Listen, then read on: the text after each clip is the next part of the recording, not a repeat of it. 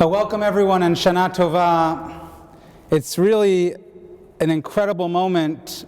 The Yiddish expression is man tracht und Gott lacht, that man plans and God laughs. And who could ever have imagined last year at this time, as we were gathered in the beautiful Belz sanctuary here at Hirsch, who could ever have imagined that we would be here in this way at this time? So many of our plans have been upended and changed, and we've all experienced our own challenges in our own ways. And it has been just so remarkable how our community has stepped up to the plate. Over the last 6 months, we have shown that our community, that our shul, that Hirsch is so much more than a building. We are made up of incredible people who've worked tirelessly to make sure that all of our members can feel connected, especially during this high holiday season. And so before we begin our official program tonight, our Rosh Hashana premiere, live from the Belz Sanctuary here at Hirsch, I want to start by thanking all of you for all of your efforts, time in and time out through the last 6 months to help make our synagogue what it is today. And I also want to just start also by thanking the incredible staff here at our synagogue, led by our very own David Fleischhacker. Our staff has worked so hard preparing our synagogue for the holidays, preparing everything to get us ready so that we can have the best and most memorable and meaningful holidays that we could ever imagine. And finally, I want to thank our outstanding lay leaders, for whom we would not be able to do any of this stuff, led by our indefatigable President Mary Trotz, who has worked so hard with our board of directors and all of our lay leaders and our committees. So thank you, all of you, because collectively we have all gotten us to this place. And so while we might not be together physically, tonight we are together via Zoom, and we're really excited to get the high holidays really kicked off in earnest with the best way possible. And that's with music from our very own Cantor Kampf. There is no one quite as talented and quite as capable as Cantor Kampf. And so kindly turn your attention to him as he gives us just a small taste of some of our high holiday music.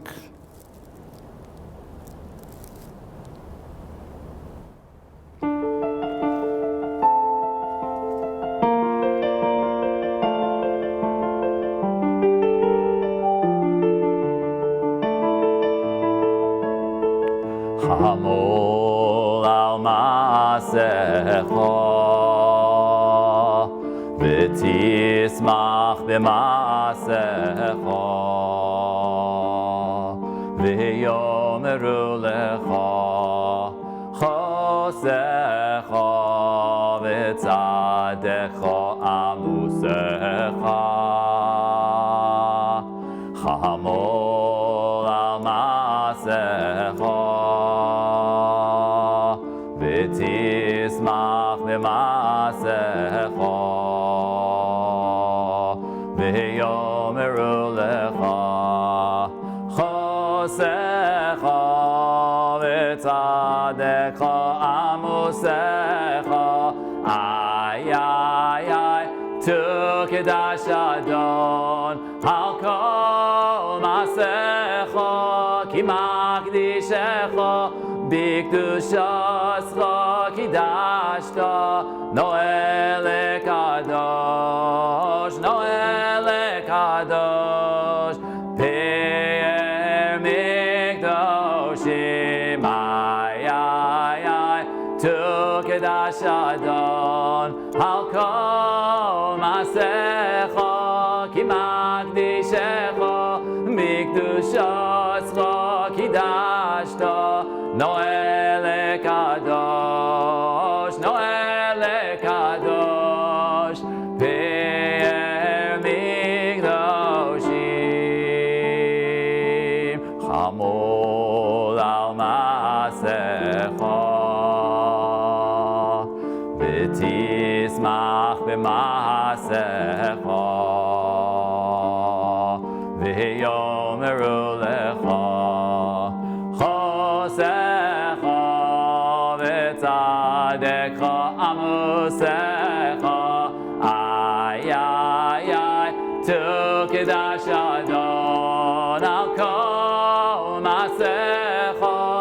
מקדישך בקדושתך קידשת נועל לקדוש נועל לקדוש פאר מקדושים איי איי איי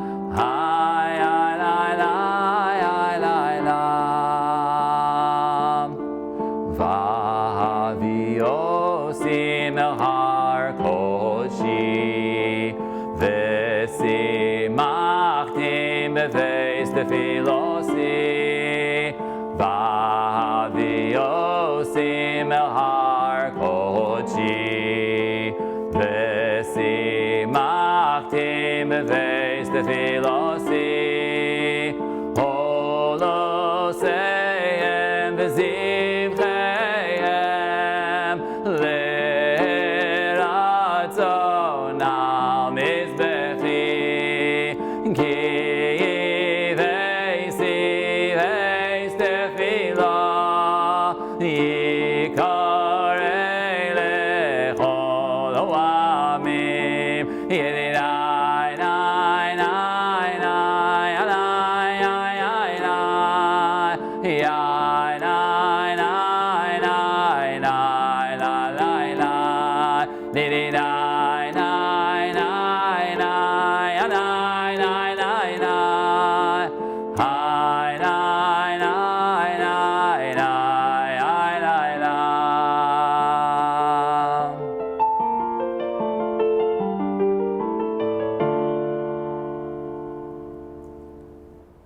Is so special being back here in the Belz sanctuary at Baron Hirsch, to be here with Cantor Ricky in the sanctuary. We have been yearning to be back here with all of you, and we hope that we get to have that really soon. I also want to just spend a moment and thank Message in a Bottle and Justin, who's with us, producing this beautiful Rosh Hashana premiere video for all of you at home. And he's with us in the sanctuary, and we wish that all of you are with us as well. And it's been a little while since I've been able to be up here to talk to all of you and to share some stories maybe and some words. And so allow me to share a story that I once heard. It's a story about a certain synagogue who decided that they wanted to honor one of its long-standing supporters, a man by the name of Morris. And this year, on the Shabbos before Rosh Hashana, was right around this time period, they decided they wanted to give him an honor of calling him to the Torah. They wanted to give him an aliyah on that Shabbos before Rosh Hashana. And so the shul's Gabbai comes on over to Morris, and he tells him the news, and Morris panics. He says, "Oh, vey, I just can't do this. I can't read Hebrew properly. I'm going to embarrass the entire congregation. I'm going to embarrass myself. I can't read the brachos, the blessings. Please, I'm begging you, give the honor to somebody else." But the Gabbai says, "But Morris, you have to accept some type of honor. You're one of the biggest supporters of the entire congregation." And Morris says, "Okay, I understand. Is there some other type of honor that doesn't require me to read or speak in Hebrew? Is there anything else that I can do?"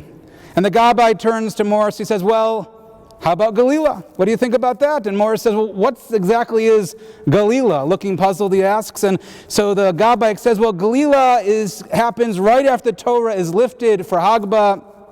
And as soon as the Torah is lowered, the Galila puts on the cover, the breastplate, and the crown. And afterwards, the Galila goes and sits down, and his job is completely over." And Morris says, "That seems quite reasonable. I'll be happy to give that a try. That's a deal. I accept." And 15 minutes later, it's Hagbah time, and Morris is up there waiting for the Torah to be lowered. He then puts on the cover and the breastplate and the crown exactly as he was instructed. He goes right back to his seat with a big smile on his face. And the Gabbai comes right up to him and he whispers, "Morris, I didn't mean on you. I meant on the Torah." Now, I can't tell if you're laughing at home. It's been a little bit of time. It's been a few months since we've told some jokes. I may be a little rusty, but the beauty of being able to talk to you on Zoom is not only can we mute the crowd, we can also create some laughter as well. Justin, can you hit me with the laugh track, please? That's beautiful. That's beautiful. That's beautiful. It's hysterical, I know. That's enough. Thank you, Justin. Thank you.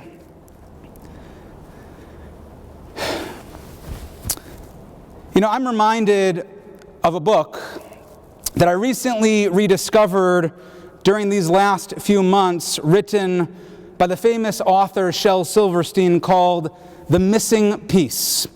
And no different than his other children's books like The Giving Tree, The Missing Piece is able to communicate an incredibly profound message. And the story is about a circle that is missing a wedge-shaped piece. Imagine, if you will, a Pac-Man type figure. And so unhappy to be missing its piece, this circle sets out to find it. And as it rolls along, it sings this little refrain as it enjoys all of the scenery along the way. And the circle says, "Oh, I'm looking for my missing piece. I'm looking for my missing piece. Hi-de-ho, here I go. I'm looking for my missing piece." And Silverstein writes that because he's missing a piece, the circle actually can't roll very fast. And so he stops and he chats with the worm, or he smells the flowers, or rolls past the beetle. And these kinds of moments happen to be the happiest for the circle. And after encountering various pieces of different sizes along the way, only to find that none of them are the right fit, and he finds at long last the exact sized wedge that fits it, and is so happy. Now the circle has found what it's missing. It can finally roll along quickly. And yet at that exact moment, the circle realizes that it can now no longer do the things that it used to enjoy so much, like singing or rolling slowly enough to enjoy the company of the worm or a butterfly. And so the circle decides that it was actually happier when it was searching for the missing piece than now when it actually has that piece. And so it gently puts down that piece and happily goes along its way. And I find myself drawn to this story in particular this year, as it feels as if our lives have never been more broken. How it feels as if we are missing something, how we are missing a piece that is so significant, a real sense of loss that we are searching for and all trying so desperately to fill. Now, I realize that some of you might be thinking, not me, I'm not broken, nothing that bad has ever happened to me, or even though maybe I've experienced some difficult moments, I wouldn't consider myself to be broken. But the truth is that all of us experience this notion of brokenness at different points of our life. And when I say brokenness, I really mean any kind of loss, any kind of pain, struggle, or even disappointment. It could be the loss of a loved one, whether recent or maybe even decades ago. It could be strained relationships, loss of a job or physical possessions, or maybe even of hope. It could be rejection. It might be divorce or separation, the burdens, perhaps, of attending to one's own family and to aging parents, or the pains and challenges of aging itself, or maybe being worried for our children and our grandchildren and their futures. And sadly, often the most painful, broken places are hidden ones that only a small group of people know and hold in their hearts. Pregnancy loss, infertility, struggles with mental illness, or maybe even chronic disease. And some of us are able to move on from those moments quickly, and for others in the same or different situations, it might even take a little bit longer. Some of us might feel fine one day, and the next day that old wound just rips open all over again. And each one of us carries these burdens. We're all fractured. And on Rosh Hashana, we are reminded of this brokenness through the sounds of the shofar. Tekiah, a whole sustained blast, followed by the shavarim, a blast of 3 broken notes, and the truah, a series of shorter, broken staccato notes. And the Gemara teaches that the sound of the trua and the sound of the shavarim are meant to sound like a yavava. It's meant to sound like crying when we blow it. In fact, the Hebrew word shever actually means broken and shares the same root of the word shvarim.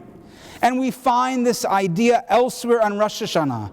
Think, if you will, to the second part of the Natana Tokef prayer.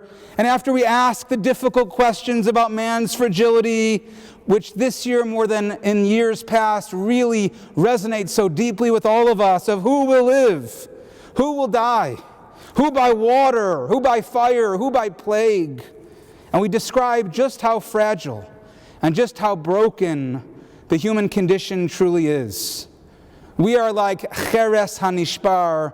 We're like shattered pottery. Chatzir yavesh. We're like withered grass. Ruach no shavet, a blowing wind. And kechalom yauf, a dream that just flies away. And in truth, there's actually very little space for brokenness in the culture in which we live in. The role models that we see on TV, that we see in our culture, they're all picture perfect. They're carefully crafted. They're airbrushed celebrities. What we see on social media, it can be so damaging and harmful because it removes and it hides away all of the brokenness. And yet, unlike the culture of today, our Jewish tradition sees brokenness in a completely different way. As the great Hasidic master, Rav Menachem Mendel of Kutz, was famous for saying that there is nothing as whole as a broken heart. The world as God created it was broken, and as we know, in need of our repair. Brokenness we know to be a fabric of life woven into the human experience of the world, with none of us immune to it. But for us as Jews, it's not just that we learn to accept it, but rather our tradition teaches us to lovingly cherish it and also to embrace it. Think back, if you will, to one of the most important moments of all time, the giving of the Torah on Mount Sinai. And if you think about it, it is a story of imperfection, a story of moral collapse, and specifically of brokenness. After spending 40 days and 40 nights with God receiving the Torah, when Moshe comes down from the mountain, he's carrying the luchos, he's carrying the 2 tablets of stone. And he looks down and he sees the people dancing and they're worshiping the Egel HaZahav. They're worshiping the golden calf. And when Moshe sees the Egel, his rage, he takes and he shatters the luchos. And Chazal, our rabbis, they ask a most fascinating question. They wonder, whatever happened to those broken pieces of the first set of luchos? Whatever happened to those tablets? We know that during this time period right now, culminating in Yom Kippur, that Moshe was receiving a second set of tablets. But whatever happened to the shards, to the broken pieces of that first set? And the Gemara in Bava Basra teaches us that luchot v'shivrei luchot munachim ba'aron, that the broken pieces along with the second intact luchot, they were both put together into the ark, into the aron. The Jewish people, wherever they would journey, would carry both sets, the broken and the whole. Think for a moment what it must have been like to collect those broken shards representing the worst sin in all of Jewish history, the shame, the embarrassment, the sense of loss.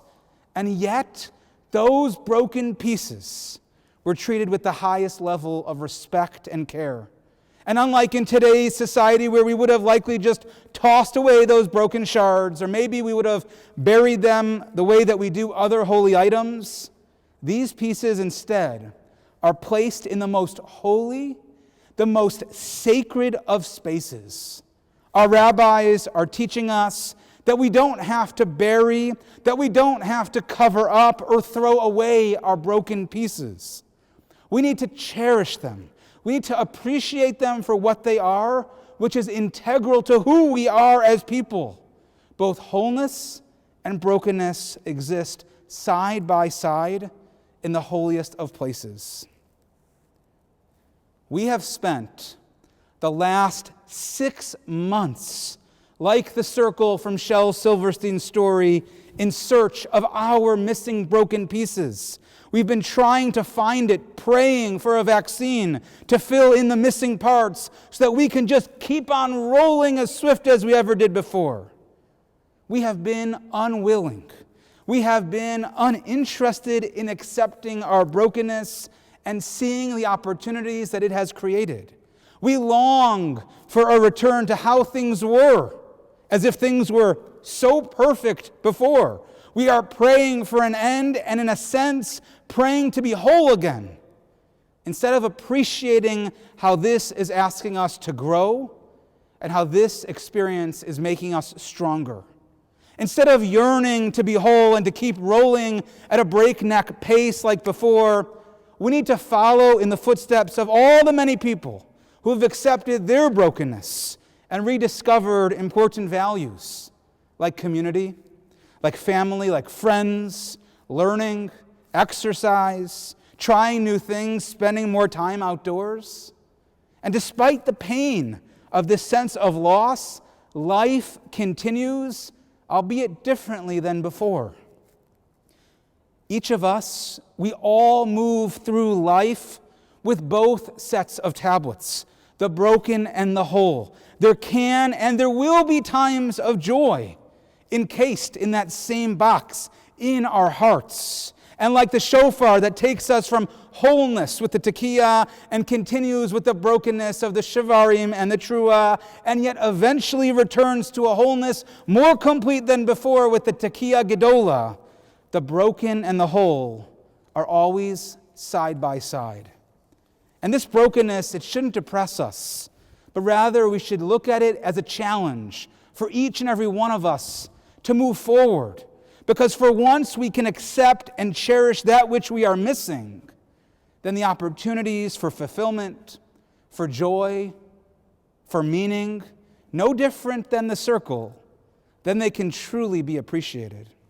In fact, the Medrash teaches us on a pasuk in Tehillim, Amar Rav Alexandri, that we might have considered it an embarrassment to have to make use of some broken tools. But HaKadosh Baruch Hu is not that way. Not only is God's work always done with broken implements, God's best work is done with broken tools. And it's no different. There's a Japanese art form known as kintsugi, where broken pieces of pottery are put back together with gold. We too can create an even stronger, more beautiful piece of art when we embrace our brokenness and when we embrace our imperfections. As we say in Tehillim, Karov Hashem lemishberei lev, that God is close to the brokenhearted. And perhaps it is that when our hearts are broken, we can actually be a lot more spiritually open than ever before. We can be more appreciative of the blessings in our own lives, and we can really feel God's presence. And not only does Rosh Hashana help us acknowledge our own impermanence and our fragility, but it's also a time to remember our strength, to remember our resilience, to remember our capacity to rebuild ourselves and to continue living fully, risking brokenness and living meaningfully, knowing that life is impermanent, but we are strong. There's a famous story that I want to conclude with about the Baal Shem Tov, who asked one of his senior students, named Rabbi Zev Kitzis, to blow shofar on Rosh Hashana.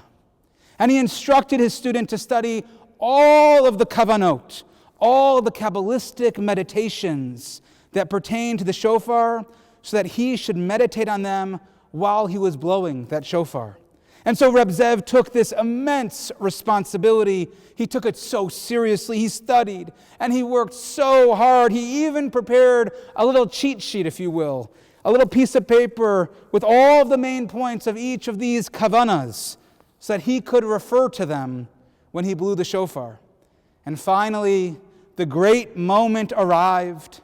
It was the morning of Rosh Hashana, and Reb Zev, he stood on the bima in the center of the Baal Shem Tov's shul amidst a packed house. And when the moment arrived, Reb Zev reached into his pocket, but there was no piece of paper. He couldn't find it. It was nowhere to be found. And he realized in that moment that he couldn't remember even a single word of those mystical formulas that he had just written down. And exactly at that moment of terrible realization and despair, the Baal Shem Tov calls out, Tekiah! And it's time for Reb Zev to blow the shofar. And Reb Zev stood there not knowing what to do, and so in his hopelessness, he just blew all of the shofar blasts the best way that he thought he could do it. A tekiah, a shavarim, a trua, a tekiah gadola. And when he finished, he stood there and he was crushed. He had tears streaming down his face. And the Baal Shem Tov comes over to him with tears on his face as well. And Reb Zev begins to apologize for failing so terribly. He feels so bad. And the Baal Shem Tov, he interrupts him and he says, you don't understand. You didn't fail. You see, my friend, in the king's palace, there are many gates and there are many doors. And they lead to many halls and to many chambers. And the palace keepers, they have these great rings holding many keys, each which are actually opening different doors.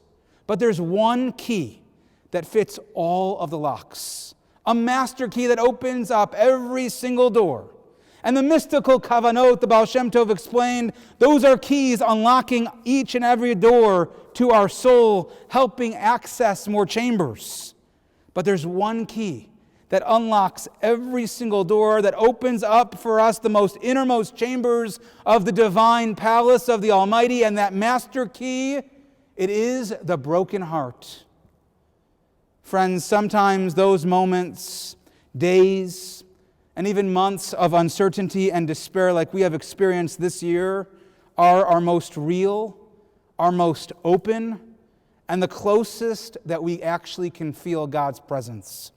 The high holidays today, it begs us to face head-on the reality of our brokenness so that we might eventually find our way towards contentment and peace as we accept those pieces and gently place them in our own ark.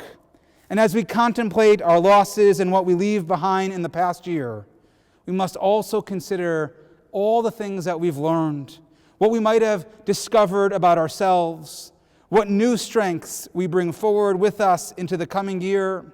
For in the words of Shel Silverstein, we know that we don't need to go looking for our missing pieces because God accepts our brokenness and He awaits our return beginning with this sweet new year. And so I wish you a Shana Tova from our entire family to yours. May this year be a year filled with blessings of good health and happiness, blessings of strength, acceptance, and courage in each and every one of our lives. Shana Tova.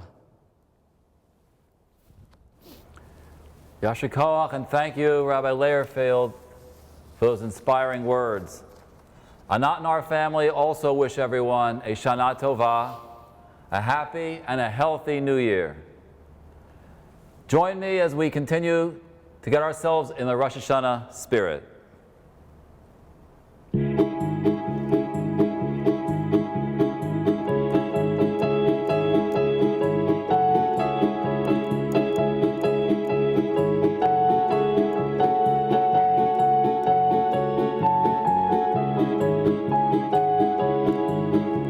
V'koref v'zureinu, ay ay ay ay, mi ben hagoyim.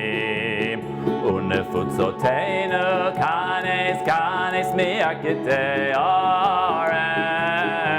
V'koref v'zureinu, ay ay ay ay, mi ben hagoyim.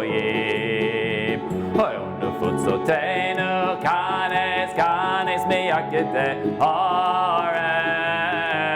Unefutzotenu, kanes, kanes, unefutzotenu. Unefutzoteinu, kanes, kanes, unefutzoteinu, kanes, kanes, miyakete aretz. Unefutzoteinu, kanes, kanes, unefutzoteinu, kanes, kanes, unefutzoteinu, kanes, kanes, miyakete aretz. Bashana habaa neshev al mirpesed v'nispor tziporim nodidot ילדים בחופשה ישחקו תופסת בין הבית לבין השדות עוד תראה כמה טוב יהיה בשנה הבאה עוד תראה כמה טוב יהיה בשנה הבאה בשנה הבאה נשב על המרפסת ונספור ציפורים נודדות ילדים בחופשה ישחקו תופסת בין הבית לבין השדות עוד תראה כמה טוב יהיה בשנה הבאה עוד תראה כמה טוב יהיה בשנה הבאה עושה שלום במרומיו הוא יעשה שלום עלינו ועל כל ישראל ואמרו אמן עושה שלום במרומיו הוא יעשה שלום עלינו ועל כל ישראל ואמרו אמן יעשה שלום שלום עלינו ועל כל ישראל יעשה שלום שלום עלינו ועל כל ישראל יעשה שלום שלום עלינו ועל כל ישראל יעשה שלום שלום עלינו ועל כל ישראל יעשה שלום שלום עלינו ועל כל ישראל עוד תראה כמה טוב יהיה בשנה הבאה עוד תראה כמה טוב יהיה בשנה הבאה יא לה לה לה לה יא לה לה יא לה לה יא לה לה יא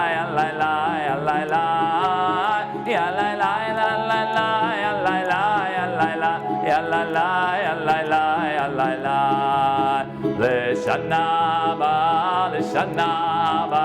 לשנה הבאה בירושלים לשנה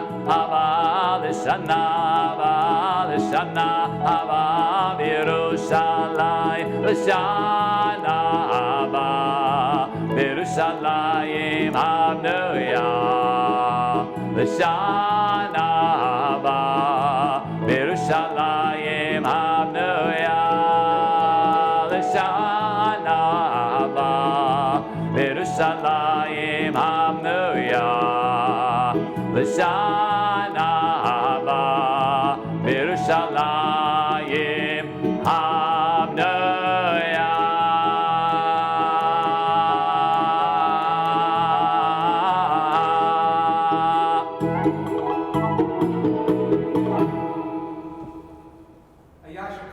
To Cantor, Ricky. I got to tell you, Ricky, there is nothing like the high holidays at Baron Hirsch if we don't get to hear your beautiful voice and all your singing. So thank you for all that you do, and a Shana Tova to you and to Anat and to your whole family.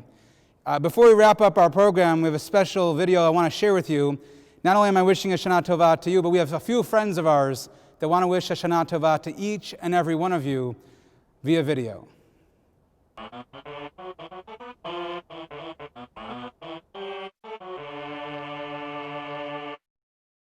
Shana Tova.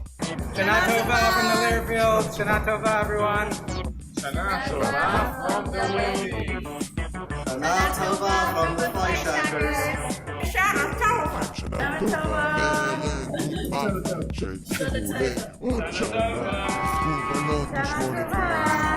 Shana Tova, Baron Hirsch, and everyone in the community from the Kampf family. Shana Tova from the Vanderwells to Baron Hirsch. Shana Tova. Shana Tova. Shana Tova from the scholars. Shana Tova from the Kampf family. Shana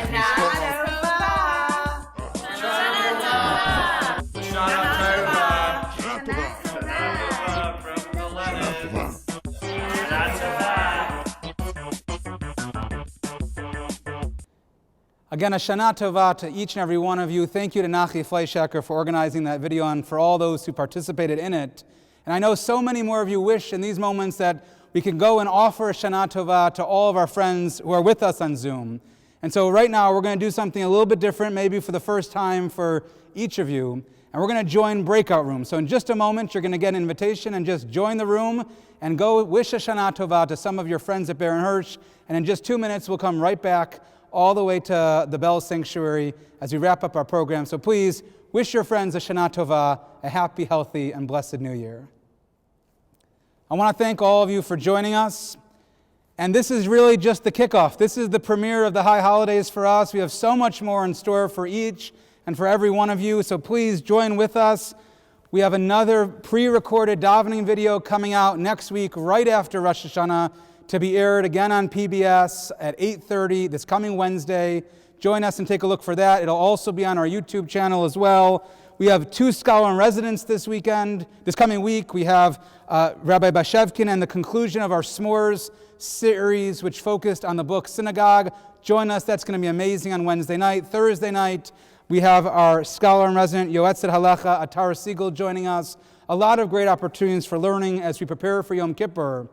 And finally, I invite you to join us back here in the same way via Zoom to see us live once again in the main sanctuary for Kol Nidre on Sunday afternoon via Zoom. Join us. There's no better way to enter the holidays than to hear Cantor Ricky's Kol Nidre live from here. That's next Sunday night.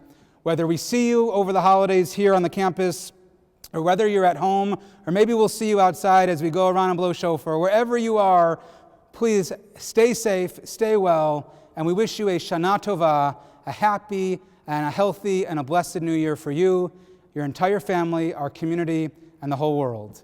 Cantor Ricky, take us out, my friend. Shana Tova, everyone.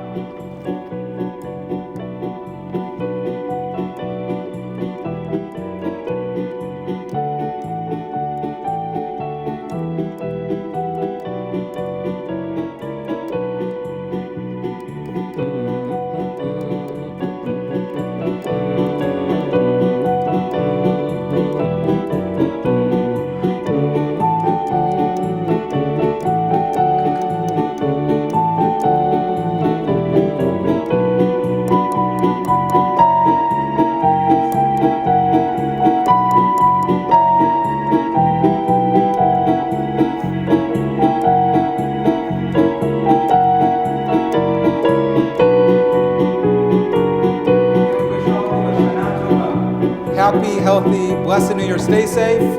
Stay well, my friends.